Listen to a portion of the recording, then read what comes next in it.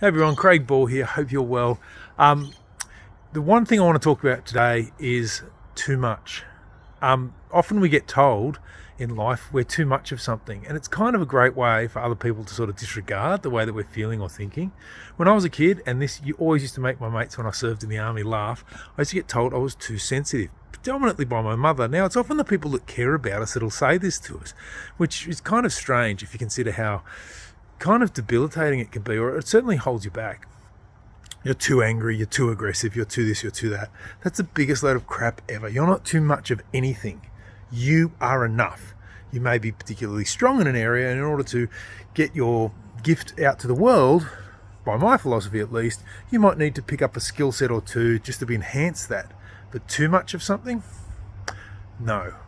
Okay? Some people can be a little much, but it doesn't mean that you're too much of something. Now, what I'm trying to communicate by that is to say that everything you have within you is enough to get you where you're going. Everything you have within you means that you are a whole human being.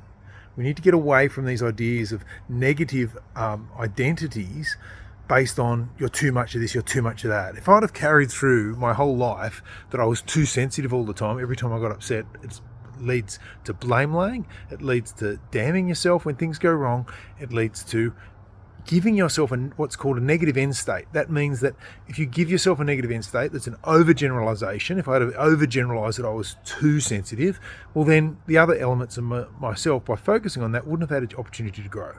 So what I want you to think about, if you've ever been told you're too something, or you're too much of this, or you're too much of that, think, that's great, I'm obviously strong in that area. So for me, being too sensitive from my mother's perspective meant that I was sensitive, and this is really valuable to the needs of my audiences and the people I'm fortunate enough to have the opportunity to support and provide care to as a men's mental health and empowerment mentor. What is your gift? Sometimes what you're told is too much of something is actually a gift in disguise. What's the flip side of that?